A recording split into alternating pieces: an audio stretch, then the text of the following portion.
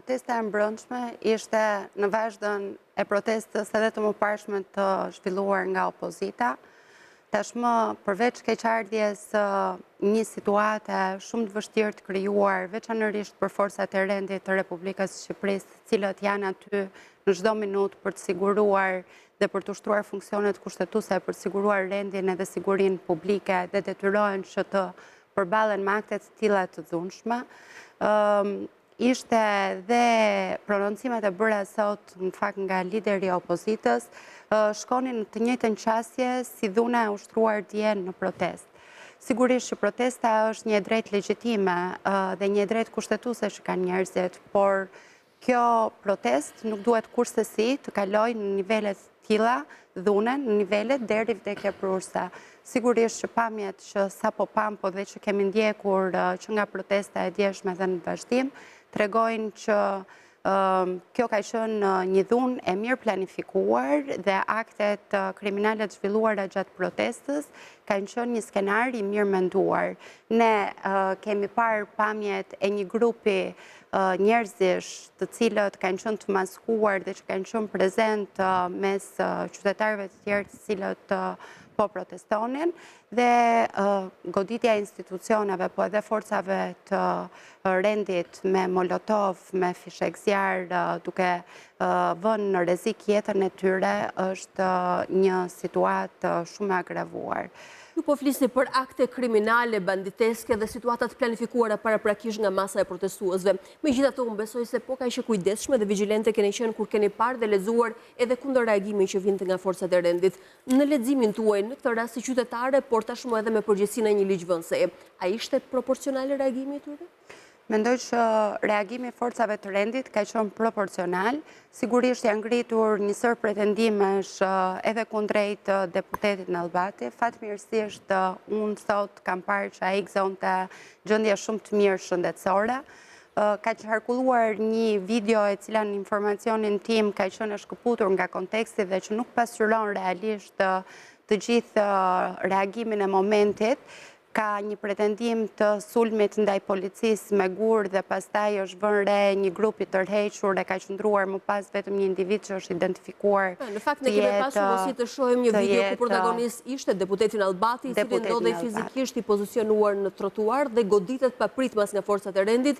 Videoja duket sikur Nallbati nuk jep motiv për të goditur. Në fakt isha duke ju referuar pikërisht kësaj videoje, e cila sot është bërë shumë virale dhe ka qarkulluar.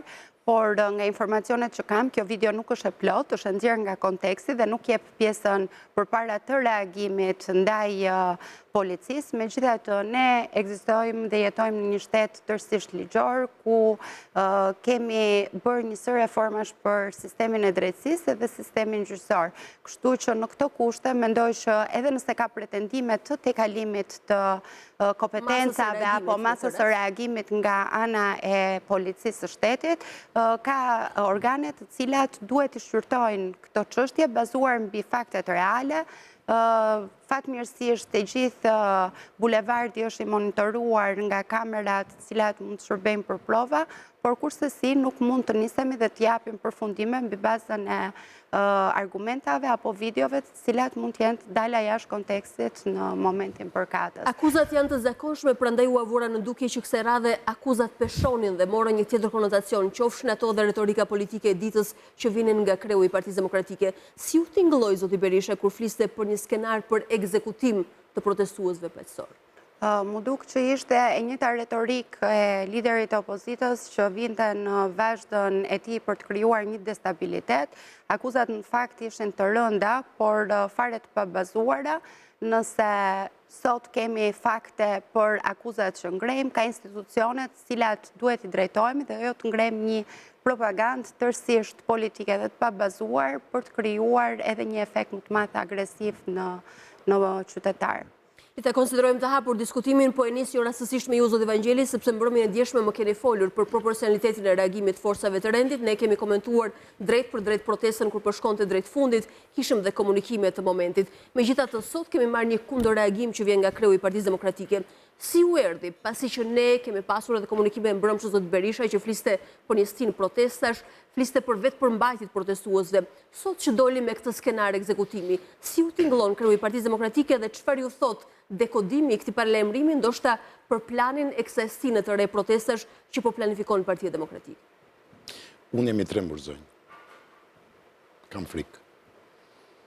E djeshmja, pavarësisht gjithë dinamikës asaj që ndodhi, është normalin në këtë anormalitetin ton të vazhdueshëm. Ne jemi mësuar me një gjë të tillë, diçka më shumë njëra palë, diçka më tepër pala tjetër, njëra sulmon, tjetra tërhiqet, po prap ishte normale në kuadrin e anormalitetit të përgjithshëm që ka shoqëria shqiptare. E me qënë se zot Evangeli ishte normale dje, pse jeni i trembur sot? Sot u tremba kur dëgjova Sali Berishën, liderin e opozitës, të përmendte numrin tragjik 4, të fliste për një skenar me sniper, për një plan të maxhorancës për të ekzekutuar pa gjyq, dhe u shfaq si fantazm deja vu-je e 21 janarit. Ishin këto insinuata të qëllimshme, thoni ju, apo ndoshta ishte një konfuzion aksidental që erdhi nga detajet që zoti Berisha përsëriti?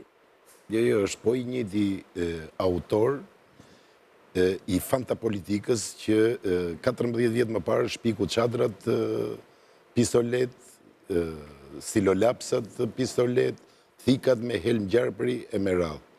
E sot po fliste për plumba gome nga snajperi i forcave të rendit. Aq sa të kuptohej subkonscienca e një politikani veteran si Berisha, e këtij mbretit të hiperbolës dhe të enumeracionit, ndjej i keqardhur pse nuk ishte ndodhur kështu.